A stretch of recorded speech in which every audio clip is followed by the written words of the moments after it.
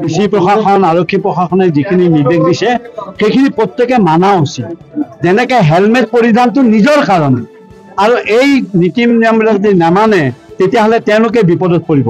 আৰু দ্বিতীয়তে মই মুখ্যমন্ত্ৰীক অনুৰোধ কৰিছোঁ যে তেওঁৰ এইটো সমষ্টি, আমাৰ ৰাইজে তেওঁৰ সমষ্টিটোক আটক ধুনীয়া কৰিবৰ কাৰণে, সুন্দৰতকৈ সুন্দৰ কৰিবৰ কাৰণে সকলোৱে প্ৰস্তুত। কিন্তু এতিয়া যিবোৰ কথা আমি ঢুকি নাপাওঁগৈ, যেনে এতিয়া স্থায়ী এটা হোৱা নাই, এইটো বিভিন্নজনে ইটিকিং মুখেৰে কয় যে মুখ্যমন্ত্ৰী থাকোঁতে এটা পাৰ্মানেণ্ট এটা ইমাৰ্চন ঘাট হোৱা নাই।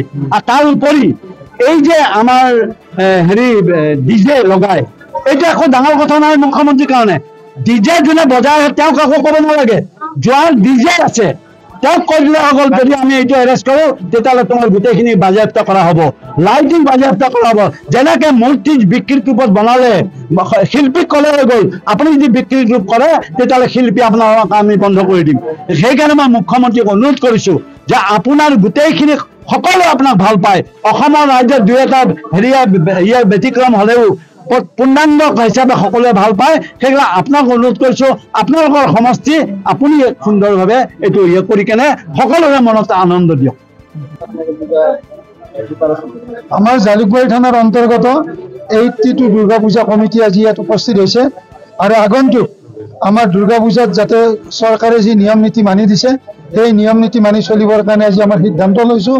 লগতে বিসৰ্জন কমিটিখনো আজি ইয়াত যোৱাবাৰ এখন পদত্যাগ হ'ল, আজি নতুনকৈ বিসৰ্জন কমিটি গঠন হ'ল। আৰু এই বিসৰ্জন কমিটিখনে অহা 3 বছৰলৈকে ৰাইজে স্থায়ীকৰণ কৰি দিলে 3 বছৰ এই কমিটিয়ে থাকিব।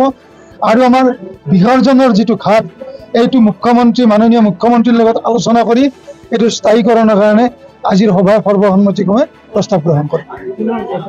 এতিয়াতো আমাৰ ইয়াত ঠায়ে নাই, পাণ্ডু পোৰ্টতে হ'ব, গতিকে তেখেতসকলৰ লগত আলোচনা কৰি সেই ঠাইতে কৰাৰ সিদ্ধান্ত হৈছে।